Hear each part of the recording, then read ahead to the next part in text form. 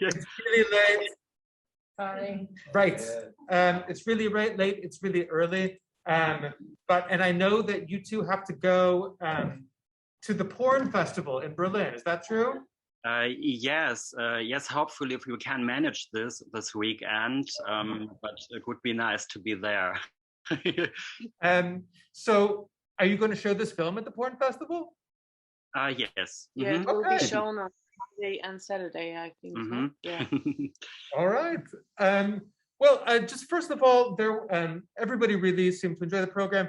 Conrad, what were you looking for when you found the pieces in the Braunschweiger Schule program that we've shown tonight? Were there certain characteristics that you were looking for, or just kind of an overview of people who have been important in this movement, or what was it?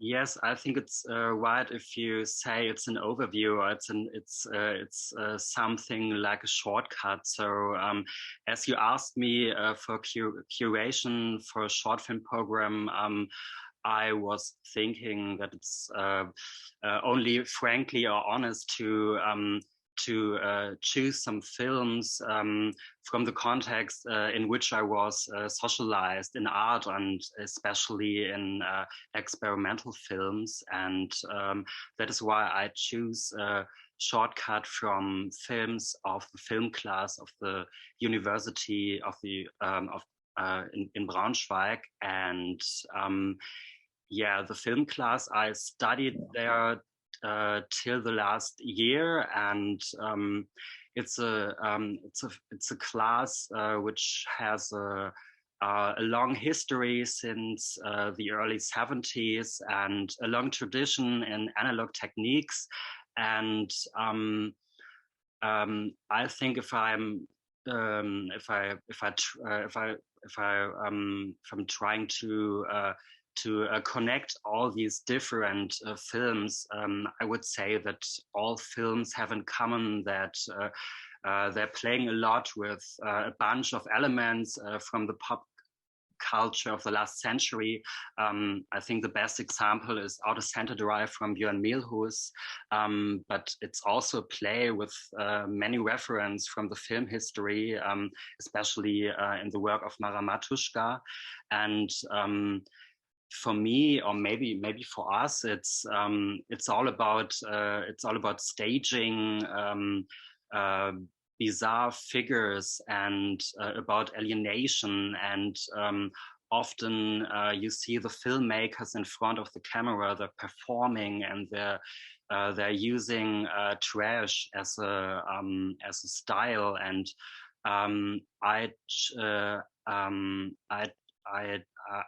choose these works because they draw some lines to the last films, to our films, to Sweet as Candy and Blastogenese X in some ways. And we've come to, through alienation and filmmakers on screen and performance, to your beautiful picture, which we've just all had a look at. Where did Blastogenese X come from? Where did the starting point. Yeah. You want to say a little bit about Blastogenese too? Yeah, we did in 2017. We did like a short film called Blastogenese 2. It's like 2.5 minutes long, and the starting point where that's my artistic work is mostly doing costumes. So I did all these costumes, and we try to find a way to use them in this film. And we shot also back in 2017 on especially this film material. It's a very special film material, and also in nature. So these are like these elements. So it's a little bit like we always say that this short film is a little bit like a trailer to Blastogenese X, and then we. It was maybe a kind of a nucleus in some ways for Blastogenese X, and and after we finished this very short film, we were so fascinating by this form, and it was totally clear for us that we want to make more out of this new form. And yeah, then we developed Blastogenese X in the next 2 years. Yeah. Yeah. Yeah. And also that we were totally fascinated by the aesthetic of this film material. So these black and white, very high in contrast film material. What kind of film material is it? Yeah, maybe this is your turn. I think it's a little bit boring if I'm going too deep into analog techniques. So I can say it's an orthochromatic, black and white negative film, blah, blah, blah. But I can say also it's a film material which was normally used till the mid-20s of the last century. It's a film, as you said, with harsh contrast. It was very difficult to expose something which is more than lines, than silhouettes, and it was also a very cheap material. In the beginning, that was very good because Blastogenese X is a film without a budget. I don't know. Maybe we had 2,000 euros or something like that for the whole film, but it was also a gift to have this material because it reminds us on the era of the very first silent movies, and it's also works as a filter of abstraction, but it's so the black and white and the very special material, but also the hand developing, because we processed the material by our hands, and maybe you could see it in the movie sometimes that you have fingerprints and all that. It's very dirty, and it was very nice as the main curator of the Berlinale wrote about the film that it seemed to be like a forgotten film wheel from the last century. And maybe that's an interesting point because that's I think the film is a little bit manipulating, because you could think that the film is 100 years old or older, but the topics of the film, all the naked human bodies and all these hybrid beings are very modern. So the topic, I think, it's very modern. You couldn't have it in the beginning of the last century. These kind of performances. Yeah. I have a ton of questions, but perhaps there's some from the audience. Does anyone have anything they'd like to ask Conrad and Charlotta? What do you think? Oh, yes, please. Was it summer or winter during the filming, the shooting? Great question. Did you hear that? Yeah. So we only shot in the summertime. We shot in 2 summers, and because because it would be too cold. As we shot, I think, from May to October, and only on the weekends because it's a stone quarry and they are still working there. So yeah. I was hoping it was summer when I saw you get in the water. That was very. Yeah. It was cold. You talk about the stone quarry. Can you just say a few words about the location? Mm-hmm. Yeah. So we shot the movie in stone quarries, in 2 stone quarries. One stone quarry was in a mountain area which is called Harz in Lower Saxony in Germany, and it's a little bit colder there than it is in Braunschweig. So yes, we shot it in the summer, and it was very, very dirty to shoot there. Very hard sometimes. So sometimes we felt like we were on an exhibition or something like that. But I think it was very important to have this setting in which you can't define where it is. Is it another planet? Is it the past, the future? And that was very important for the performance and the whole play to create this very bizarre setting with the magic of the framing and also the stone quarries and the material and blah blah blah. So I hope I answered the question a little definitely, bit. Definitely. Sorry. And we have another question. Yes, please. I have a lot of questions, but one of them was about, so the main actor, there was just one main actor, and was that Charlotte? Or no, this was someone else. You.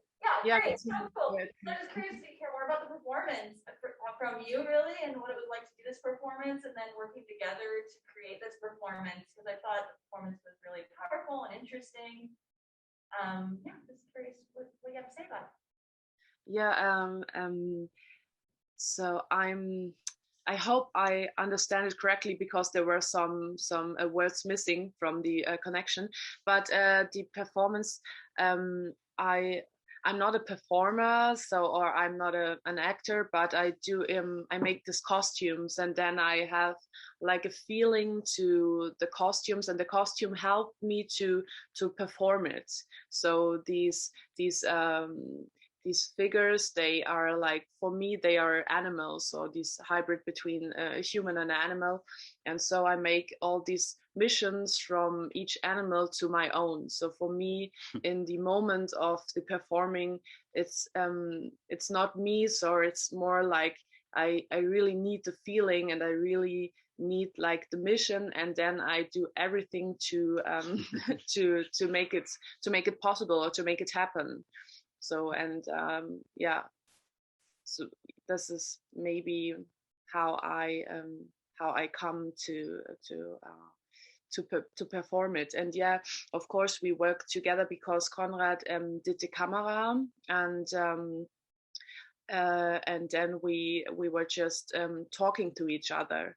So most of the times I couldn't see anything. And then you were just talking to me. So, yeah, it was very difficult, especially if Charlotte had this bird speak on, because he was nearly blind. Yes, it was funny and a little bit crazy. This very long bird speak. It's like it's 1.20 meters long. Wow. It's very, very heavy. So, and I couldn't see. It was my fault, because I make the costume. I couldn't see anything, and also the breathing. The breathing was very hard. Was hard, and the weight of the bird speak was on your chin, I think. Yes. The weight is on my chin to really get it up so I can move. Yeah, and you had to keep it so still. Yeah. Mm-hmm. Someone else. Yeah, please. I definitely saw alienation as the theme that ran throughout all those, but also sexuality, I think, played a role throughout those two. So what's that synthesis of those two themes, and what are all those films together trying to say about those two concepts? Did you hear the question? Not every word. Maybe you can repeat it. But So basically, alienation and sexuality, and both in your picture and in the other films in the program. Oh, I have to think about it a little bit. With our very limited English words, especially in this time.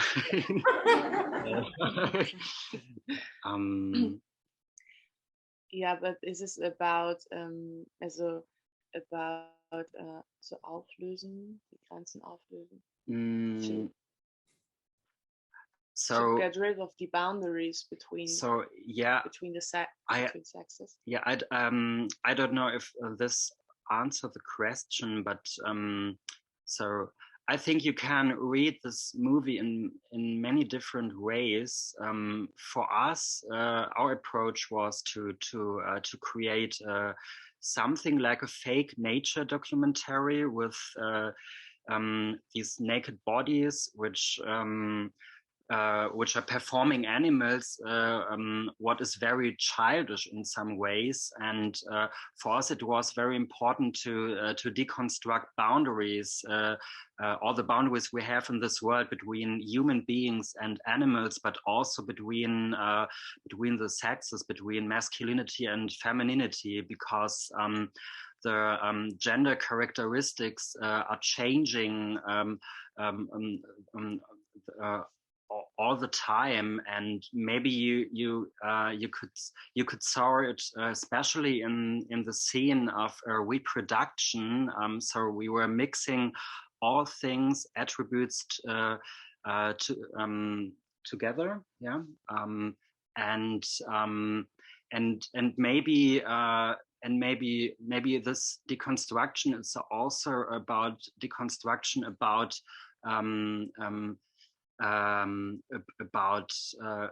sex, about penetration, maybe. Yeah, but I think also because of the sexuality part that for us it's the word of your like wie sagt man Begriff, so the word of queerness. So we were I don't know the word ausweiten. So that is, it's about it's about to expand the word of queer to these animal aspects as well. So we all every human has also these animal parts. So for us, and also that we are for Conrad and for me, that we don't see like a difference between human and animals as well. Yeah. Well, that's an extremely ambitious goal for your film, and I think you've planted a lot of seeds in us and your audience with it. And unless anyone has a very quick question they'd like to ask. Yes, please, Daniel. It's a very quick, maybe it's a question either to you or to you, Martin. So first, thank you very much for the movies. And today, I hope that I'll manage to see again those movies because they're online until tomorrow night. Okay, perfect. Yeah. The question is, actually, I would like to read more about this movie. I'm just wondering, what if Martin or if yeah, there's some more material on the Northwest Film Forum website and on the Advented page for this program about each of the films. And if you would like some more reading material, write to me and I can help you. Okay, thank you. Conrad and Charlotte, thank you so much for being here at this ungodly hour. And we really, really hope to welcome you in this very building sometime next year. But